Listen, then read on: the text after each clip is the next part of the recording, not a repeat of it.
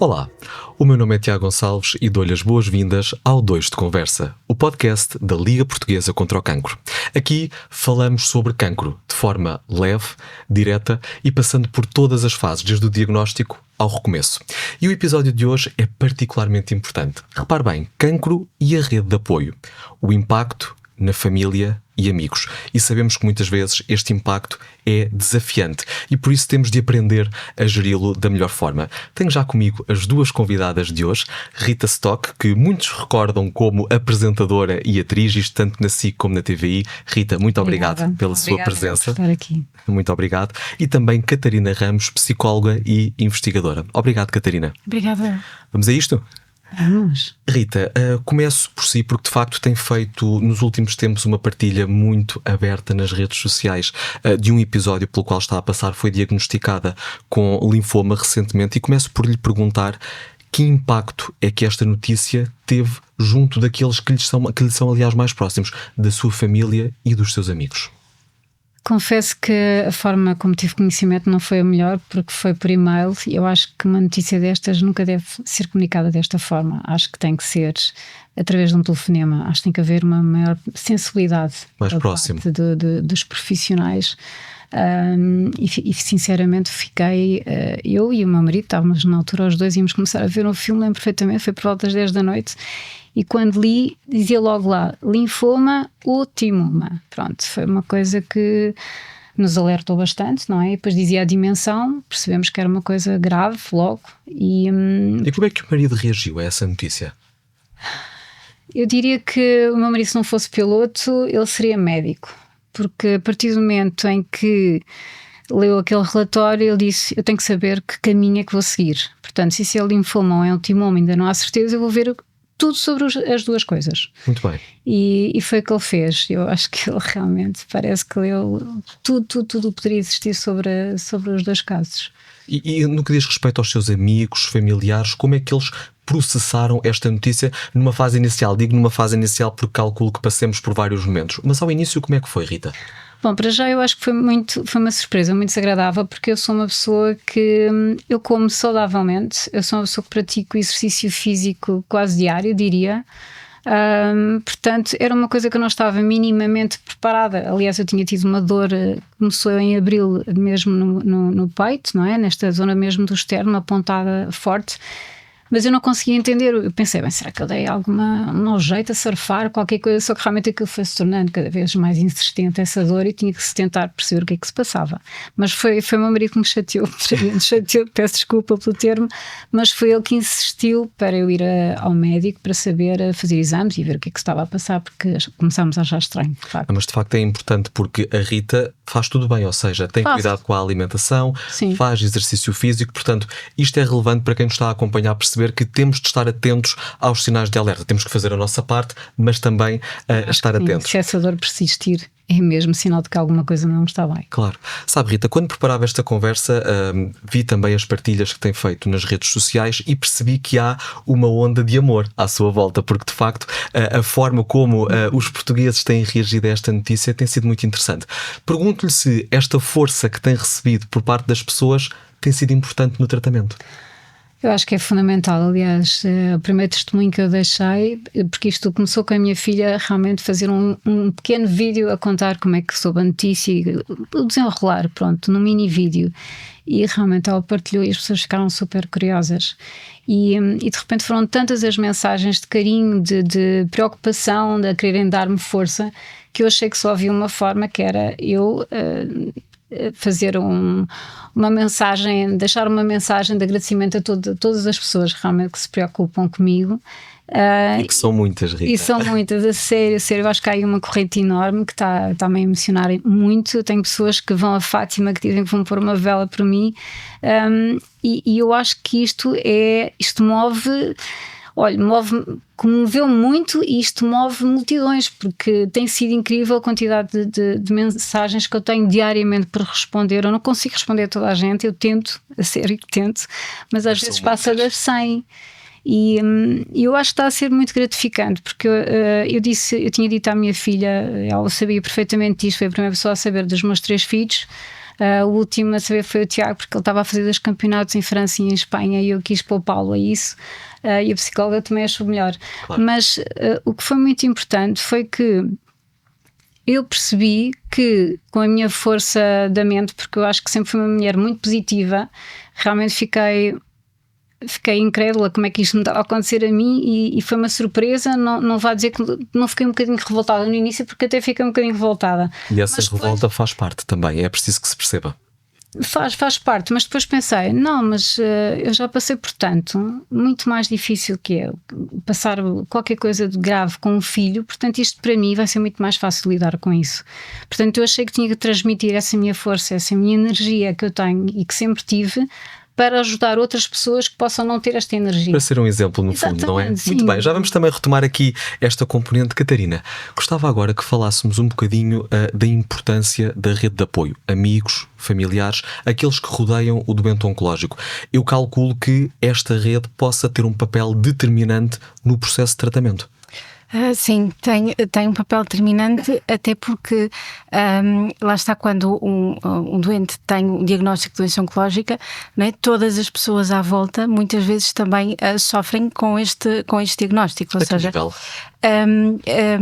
porque lá está, o diagnóstico de uma doença pode ser considerado como um sismo, por exemplo, não é? Como um potencial trauma que abala aqui um bocadinho não só as crenças sobre si próprios, outros e o mundo, como também as rotinas, os hábitos, aquilo que a pessoa achava que ia fazer no dia a seguir. Pronto, tudo fica abalado, não é? A vida muda. E muitas vezes quem está ao lado, seja a família nuclear, seja os amigos, também podem sentir todas estas mudanças, assim como a pessoa que está com o diagnóstico de cancro, de formas diferentes, mas também podem sentir mudanças. E por isso o apoio das pessoas, o apoio da família nuclear e dos amigos ao doente com cancro é fundamental, porque apesar de estar em lugares diferentes, estão a partilhar a mesma experiência. E por isso são as pessoas mais próximas que podem apoiar de diversas formas, seja a nível emocional, a nível instrumental, no sentido de dar apoio a ir a consultas. São as pessoas que não só estão mais próximas, como estão a viver aquela experiência em conjunto, apesar de em lugares diferentes. Claro, mas Catarina, corrija-me se eu não estiver certo, mas eu calculo que também a família nuclear, os amigos, sofram algum desgaste no processo de tratamento. E pergunto-lhe o que é que podemos fazer, não para evitar, porque eu calculo que não se possa evitar, mas para melhor gerir aquilo que vamos sentindo enquanto rede de apoio ao longo deste processo. É fundamental poder potenciar uma melhor comunicação entre o doente e a família. E isso é fundamental. E aqui ter uma comunicação aberta, segura, honesta, em que ambas as partes vão comunicando aquilo que vão sentindo ao longo da experiência. E isso é importante, porque às vezes, e não sei se é também na nossa sociedade em particular, mas há muitos tabus, às vezes, em perguntar como é que a pessoa se está a sentir ou em falar de assuntos mais difíceis. Estejamos ou não a falar de cancro. Estejamos ou não a falar de cancro, exatamente. E isso às vezes pode causar aqui um maior distanciamento e um maior isolamento na vivência desta experiência.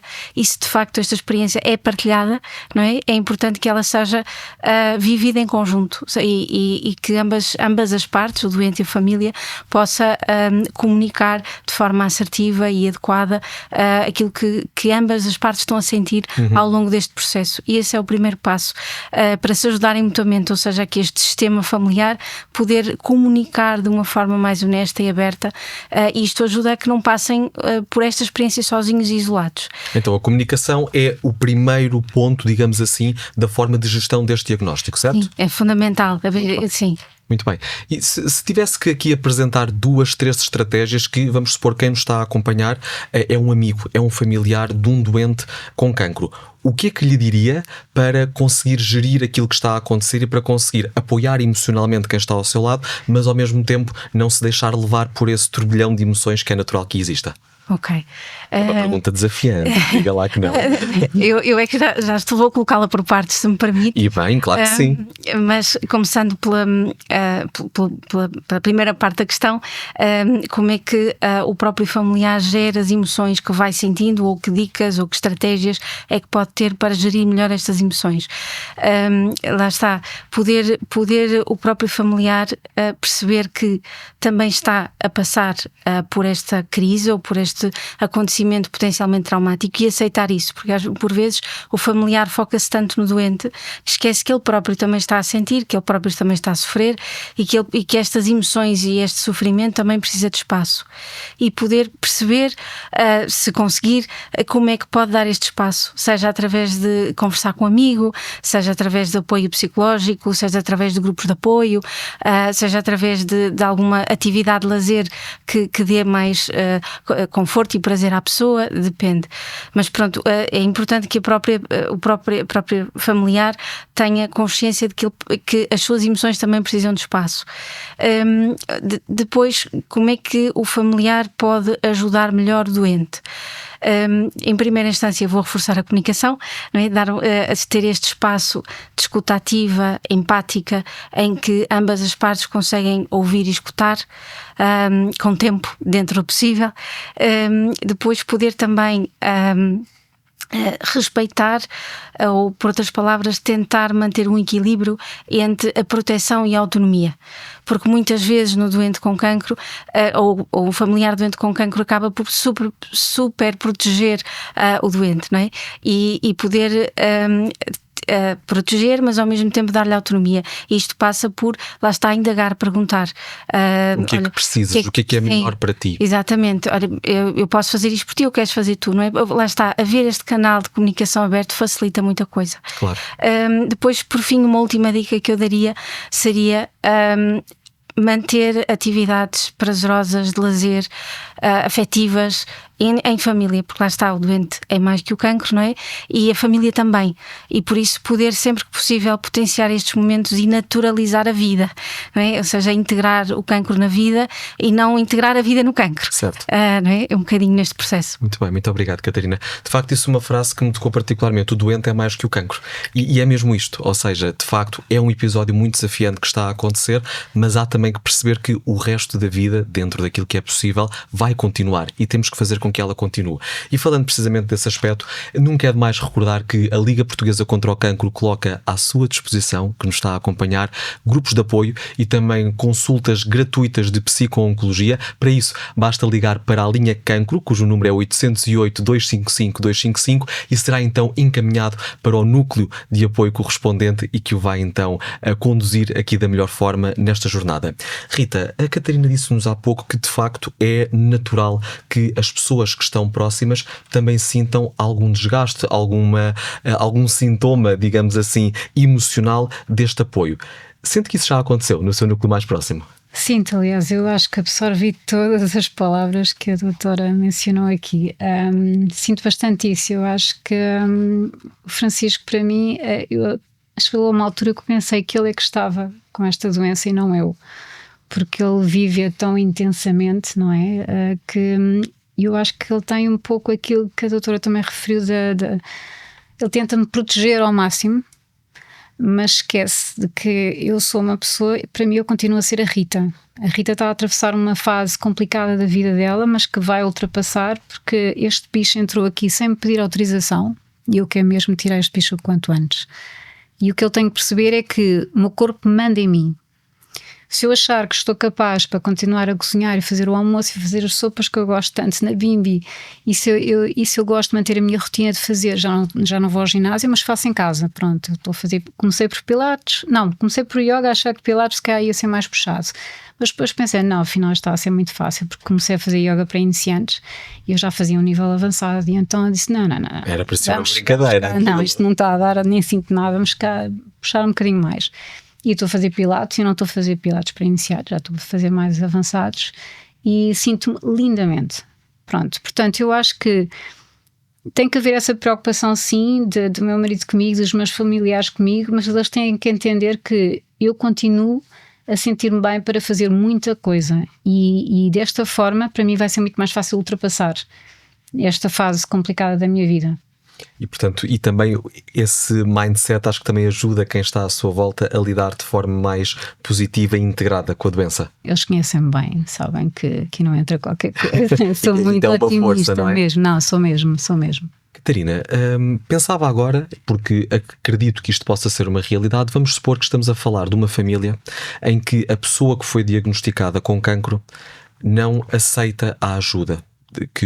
das pessoas que o rodeiam, ou seja, não quer falar, quer fechar-se sobre si, calculo que isto possa tornar mais desafiante a rede de apoio prestar esse mesmo auxílio. Como é que reagimos nestes casos?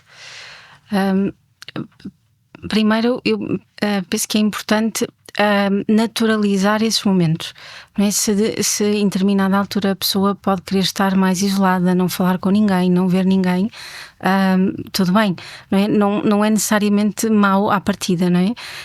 E lá está, muitas vezes, e às vezes por proteção, por querer salvar a pessoa, por não querer que ela entre em quadros mais depressivos, os familiares tendem a percepcionar estes momentos de maior isolamento como algo negativo, e pode não ser, não é? Pode ser só uma tentativa da pessoa se autorregular, da pessoa se reconectar consigo mesma antes de voltar a contactar com outras pessoas e responder a perguntas, etc, não é? Ou seja, o isolamento pode ser uma estratégia eficaz para aquela pessoa resultar. Sim, claro que é importante, lá está, a própria pessoa e também os familiares estarem atentos, não é? Porque, pronto, todo isolamento, quando mantido no tempo, isso pode significar outras coisas, como negação, dificuldade em lidar com a doença, etc, não é?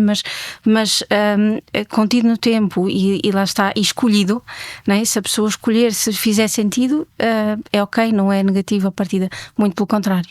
Claro, e há que respeitar essa individualidade. Sim. Estamos mesmo a chegar ao final do nosso episódio de 2 de Conversa. Rita, para concluirmos, gostava de lhe deixar um desafio, de deixar, passando a redundância, uma mensagem às famílias que nos estão a acompanhar e que, tal como a da Rita, estão aqui a atravessar um período mais desafiante decorrente de um diagnóstico oncológico. O que eu acho que todas as pessoas têm que pensar, que é o que eu estou a focar mesmo, é que vai haver uma vida para além do cancro. Para mim, eu estou a ver uma luz ao fundo do túnel. Eu sei que vou voltar a fazer as minhas viagens maravilhosas, eu sei que vou voltar a sorrir mais ainda, acho que vou ainda dar mais valor à vida do que já dou, porque já dava muito valor à vida. Portanto, eu acho que o facto de nós fazermos aqueles ciclos e realmente se recuperarmos, ficarmos bem, eu acho que nós temos de nos agarrar, mas é à vida. E não podemos ficar deprimidos. Não, é uma fase da nossa vida que vai ter que passar uma esponja por cima e nós temos que nos agarrar aos nossos amigos, aos nossos filhos, à nossa família e simplesmente pensar assim, que orgulho que tenho em mim própria, porque eu consegui lutar contra este bicho horrível que entrou aqui dentro. Portanto, eu acho que é essa a mensagem que eu quero passar. Quem estiver comigo nesta luta tem que dar cabo do bicho e tem que pensar que vamos ter um futuro fantástico à nossa frente e vamos dar muito mais valor depois. Muito obrigado. Catarina, uma mensagem final para quem nos acompanha, sobretudo para as famílias e amigos que estão também a lidar com este processo de diagnóstico oncológico. A mensagem final que eu deixaria seria que no apoio ao doente oncológico o que é fundamental é estar ao lado, é dar a mão, estar ao lado. Nem à frente nem atrás, estar ao lado. E aqui estar ao lado significa estar com a pessoa quando ela precisa de tempo, quando ela precisa de espaço, quando ela precisa de falar, quando ela precisa de divertir, quando ela precisa de rir. É estar ao lado. E por vezes a presença só é suficiente. E poder, lá está, respeitar isso, acolher isso e saber comunicar para conseguir perceber o que é que o outro precisa. E aqui de ambas as partes. Claro, claro que sim. Rita, Catarina, muito obrigado a ambas pela vossa presença no 2 de Conversa. Quanto a si que nos acompanhou, agradeço-lhe também por ter estado desse lado. É importante então percebermos que cada pessoa gera as suas emoções de uma forma muito individual e há que ter a capacidade de respeitar essa forma de gestão, mas também perceber que a família, os amigos exercem um papel absolutamente fundamental. Também estes sofrem desgaste emocional e têm que se conseguir proteger e manter então atividades que para si são importantes, que lhes trazem paz, tranquilidade e também aqui alguma estrutura, mas ao mesmo tempo estar ao lado, não à frente, não atrás do doente e estar então ao lado para que assim possam conjuntamente apoiar as pessoas e chegar então ao melhor cenário possível. Agradeço então por ter estado desse lado. Encontramos no próximo episódio do 2 de Conversa, o podcast da Liga Portuguesa contra o Cancro.